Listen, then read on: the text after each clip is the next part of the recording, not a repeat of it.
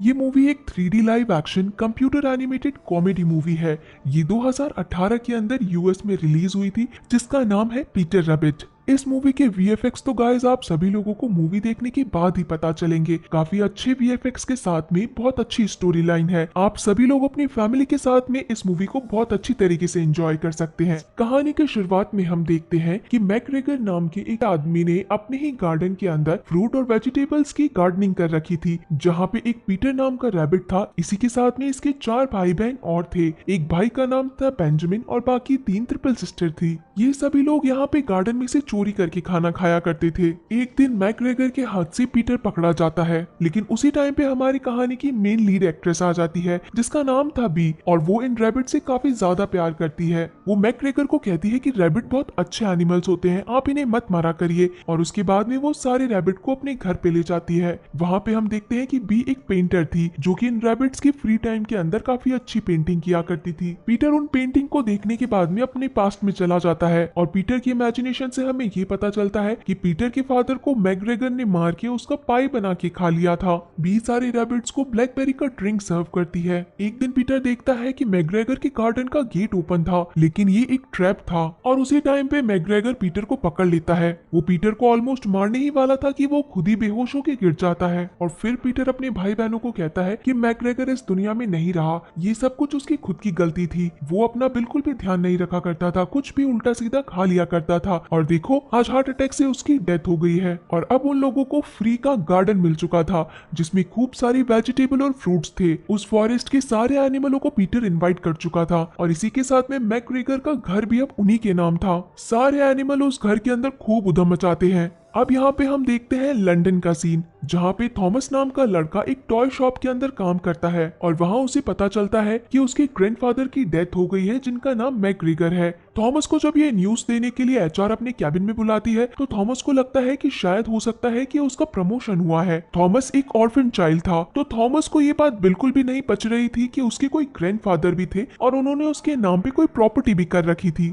Thomas वहां पे HR से कहता है कि आप बस मुझे प्रमोशन दे दीजिए। तब उसे पता चलता है कि ये प्रमोशन उसके बॉस के किसी भतीजे को दे दिया गया है। ये बात सुन के थॉमस को काफी ज्यादा झटका लगता है, और वो उस शॉप को पूरी तरीके से डिस्ट्रॉय कर देता है, और उसके बाद में उसे धक्के मार के बाहर निकाल दिया जाता है। यहाँ पीटर और उसकी फौज बिना रेंट दिए इस घर के अंदर रह रहे थे, इसी के साथ इस घर की हर एक चीज भी यूज कर रहे थे। थॉमस के पास में एक लेटर आता है, जिसके अंदर एक विल था उस घर के नाम का। थॉमस को लगता है कि हो सकता है शायद उसे एक बार जाके जरूर देखना चाहिए, और अब वो अपने ग्रैंडफादर यानी कि मैकग्रेगर के घर पे पहुंच जाता है। एंट्री करते ही वहाँ पे सारे जानवरों को पता चलता है कि कोई नया इंसान आया है, और वो सभी लोग छुपने लगते हैं। बेचारा थॉमस जैसे ही एक सोफे पे बैठता है, तो उसे दिखता है कि बेडशीट हवा के अंदर उड़ रही है, और जब वो बेडशीट उठाता है तो उसके नीचे उसे एक पिग्गी मिलता है। वो दोनों ही एक दूसरे को देख के काफी जोर से चिल्लाने लगते हैं, और उसके बाद में सारे के सारे जानवर उस घर से बाहर निकलने लगते हैं। थॉमस सारे के सारे जानवरों को अपने घर से बेदखल कर देता है। अगली सुबह थॉमस उस घर को पूरी तरीके से चमकाने लगता है, और अब यहाँ पे बी भी आ जाती है, और वो अपने रैबिट से बात करने लगती है कि देखो शायद हमारे पास में एक नया पड़ोसी आया है, हो सकता है कि ये उस बुढ़ाऊ मैकग्रेगर से अच्छा हो, मैं जाके एक बार बात करके आती हूँ। और अब भी थॉमस से मिलने के लिए जाती है। थॉमस का बिहेवियर कुछ अलग ही तरीके का था। पीटर सोचता है कि बी शायद इसे ये समझाने के लिए गई है कि ये जो गार्डन है ये यहाँ के रहने वाले एनिमल्स के लिए है,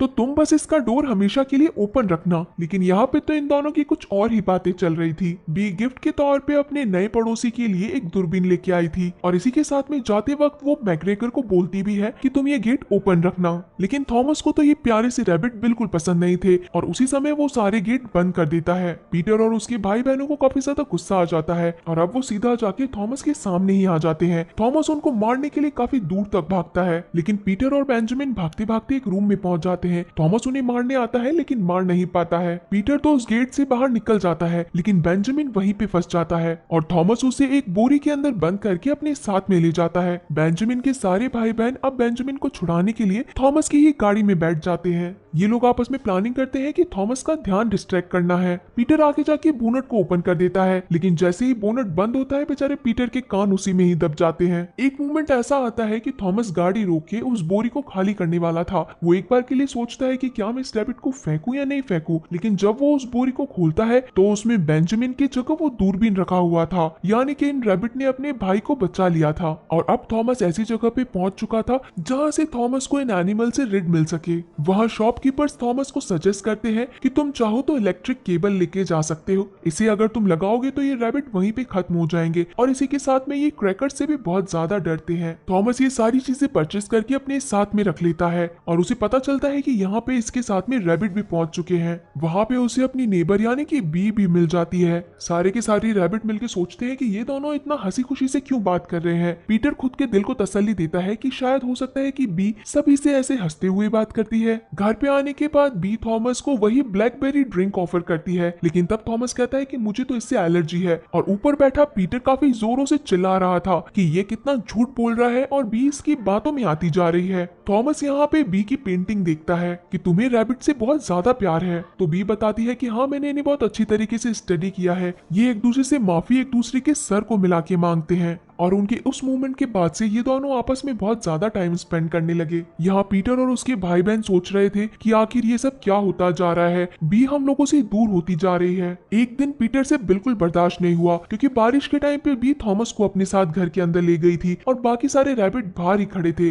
रैबिट ने सीधा स्टाइल मार के वो दरवाजा खोल दिया। वो चाहता तो थॉमस के मुंह पे किक लगाना था, लेकिन उसे बी कैच कर लेती है। बी थॉमस को कहती है कि तुम दोनों आपस में कितने अच्छे लग रहे हो, मैं तुम दोनों की एक पेंटिंग बनाना चाहती हूँ। लेकिन पीटर तो थॉमस को जैसे जान से ही मारना चाहता था। ये दोनों आपस में बहुत बुरी तरीके से लड़ने लगते हैं। जैसे ही बी उनके सामने आती है तो ये वापस से फ्रेंडली हो जाते हैं और वहाँ जो बाहर खड़े थे पीटर के सिबलिंग, वो इस WWF को काफी ज्यादा एंजॉय कर रहे थे। एक समय ऐसा आता है कि पीटर के हाथ में ब्रश था और गलती से बी की पेंटिंग उससे खराब हो जाती है, तो थॉमस पूरा का पूरा इल्जाम पीटर पे लगा देता है। बी इस बात से काफी ज्यादा नाराज हो गई थी और वो पीटर को अपने घर से बाहर निकाल देती है। अब पीटर बिल्कुल शांत नहीं बैठने वाला था। उसने अपनी पूरी की पूरी आर्मी तैयार कर ली थी अपने सारे भाई बहनों के साथ में। वो उन्हें ट्रेन कर रहा था कि बस कैसे तैसे हम इस थॉमस को यहाँ से बाहर निकाल दे। थॉमस जब एक सुबह उठता है तो उसका सबसे पहले हाथ कैप्चर हो जाता है। उसके बाद में वहाँ 2-3 कैचर और रखे थे। अब वो जैसे ही खड़ा होता है तो उसके सर पे स्टिक लगती है, एक के बाद एक के बाद एक स्टिक उसके सर पे लगती ही जाती है। ओवरऑल पीटर ने थॉमस को बहुत बुरी तरीके से पनिशमेंट दी थी। अब बारी थॉमस की थी कि वो कैसे बदला ले। इसी कारण उसने हर जगह इलेक्ट्रिक वायर लगा दिए थे और उनके ऊपर लगा दिया था बहुत सारा बटर। ये चीजें वहाँ पे खड़े एनिमल्स को पता थी, लेकिन तब भी उनमें से एक आंटी को वो बटर तो खाना ही था। वहाँ पे पिग्गी कहता है कि अब इस चीज को कोई नहीं रोक सकता। जैसे ही वो आंटी उस बटर को खाती है उनको बहुत बुरी तरीके से शॉक लगता है और अब पीटर को याद आती है अपने फादर की कही हुई बातें कि लोहे को सिर्फ और सिर्फ लोहा काट सकता है। यानी कि यहाँ पे हमारे रैबिट्स में भी बहुत ज्यादा दिमाग था। इन्होंने वो इलेक्ट्रिक केबल का कनेक्शन हटा के थॉमस के दरवाजों में ऐड कर दिए थे। थॉमस वहाँ अपने विंडो से देख रहा था कि जैसे ही रैबिट इन तारों के ऊपर बटर खाने के लिए आएंगे ये सब के सब मर जाएंगे। लेकिन रैबिट्स को तो यहाँ पे बड़ा मजा आ रहा था। इन्होंने तो कुछ और ही प्लानिंग कर रखी थी और अब ये सारे के सारे उस बटर को भी खाते हैं और उस गार्डन में खुलेआम अंदर भी आ जाते हैं। थॉमस जैसे ही अपने घर के दरवाजे खोलता है और उसे लगता है बहुत खतरनाक वाला शॉक, वो सीधा जाके दूर दूर गिर जाता है। वो कोई सा भी दरवाजा खोलता है तो उसे बस शॉक ही लगता जा रहा था और आखिरकार एक समय ऐसा आता है कि उसे काफी जोर से शॉक लगता है और वो अपने ही गार्डन में बेहोश होकर गिर जाता है। रैबिट्स को लगता है कि इसका किस्सा तो खत्म, लेकिन थॉमस अभी मरा नहीं था और अब थॉमस के पास था अपना आखिरी हथियार। उसने सारे के सारे क्रैकर लेके उस पेड़ के बेसमेंट में डाल दिए थे जहाँ पे ये सारे रैबिट रहते थे, लेकिन वहाँ पे बी आ जाती है। इसी कारण थॉमस उन क्रैकर को नहीं जला पाता। अगली सुबह फिर से पीटर रैबिट अपनी सारी की सारी फौज लेके रेडी था कि कैसे ये थॉमस को परेशान करना है। सामने खड़ी बी जब थॉमस से बात कर रही थी तो ये पीटर और इसके सिबलिंग हाथ में गुलेल लेके बैठे थे और धड़ाधड़ उसके ऊपर फ्रूट से बारिश करने लग गए थे और फाइनल शॉट जाता है ब्लैकबेरी का थॉमस के मुंह के अंदर। ब्लैकबेरी से थॉमस को एलर्जी थी, इसी कारण उसे इंजेक्शन लगाना पड़ा। बी वहाँ पे कह के गई थी कि मैं यहाँ पे अभी म्यूजिक ऑन कर रही हूँ और उसके बाद में तुम घर पे आ जाना। थॉमस को पता था कि बी के घर का म्यूजिक इतना लाउड है कि उसे कुछ सुनाई नहीं देगा और उसके बाद में वो सारे क्रैकर इन रैबिट के ऊपर फेंकने लगता है। पीटर और उसके भाई बहनों को पता चलता है कि शायद इसमें से एक सिस्टर मर गई है, इसी कारण पीटर थॉमस के ऊपर चढ़ जाता है और तभी वहाँ पे बी पहुंच जाती है और थॉमस वहाँ पे स्टाइल मारता हुआ कहता है कि नहीं नहीं, मैं तो पीटर की जान बचा रहा था, ये तो मरने वाला था। और वहां से जाते वक्त पीटर को मिल जाता है थॉमस का वही रिमोट कंट्रोल जिससे वो क्रैकर फूटने वाले थे। थे। पीटर बिल्कुल नहीं चाहता था कि वो बी को अपने से दूर करे, इसी कारण उसने वो रिमोट कंट्रोल को प्रेस कर दिया था और सारे के सारे क्रैकर फूट गए थे जो कि उस पेड़ के नीचे थे। बी को लगता है कि ये सारा काम थॉमस ने किया है। वो थॉमस को कहती है कि तुमने इन जानवरों का घर उजाड़ दिया, और वो थॉमस के ऊपर काफी ज्यादा गुस्सा होके सारे के सारे रैबिट को अपने साथ अपने घर ले चलती है। वो पीटर से माफी मांगती है कि सॉरी, मेरे कारण तुम्हें इतना सब कुछ देखना पड़ा, तुम लोगों का घर ही उजड़ गया। लेकिन अब पीटर को समझ में आ चुका था कि सारी गलती थॉमस की नहीं है, बल्कि ये दोनों आपस में ही लड़े जा रहे थे। थॉमस को लगता है कि अब सब कुछ खत्म हो चुका है, इसी कारण अब वो भी लंदन चला गया था। और यहाँ पे बी पीटर को कहती है कि मैं भी एक घर सेल करके यहाँ से जाने वाली हूँ। पीटर अपने मम्मी पापा की फोटो से पूछता है कि आखिर मुझे क्या करना चाहिए, और अब वो इतना ज्यादा गिल्टी था कि उसे वापस से थॉमस को बुलाना ही था। वो पहुंच जाता है लंदन थॉमस को लेने के लिए। इधर हम यहाँ देखते हैं कि थॉमस अपनी एचआर से बात कर रहा था, जहाँ पे वो टॉय शॉप के अंदर फिर से एक जगह खाली हो चुकी थी। पीटर के भाई बहन पीटर से काफी ज्यादा गुस्सा थे। उन्होंने कहा कि ये सारी तुम्हारी गलती है, हालांकि हमारे मम्मी पापा नहीं रहे, लेकिन इसका मतलब ये तो नहीं है ना कि बी भी किसी के साथ में ना रहे। हम समझते हैं कि बी को तुम अपनी मम्मा मानते हो, लेकिन तुमने जो भी किया वो बिल्कुल ठीक नहीं था।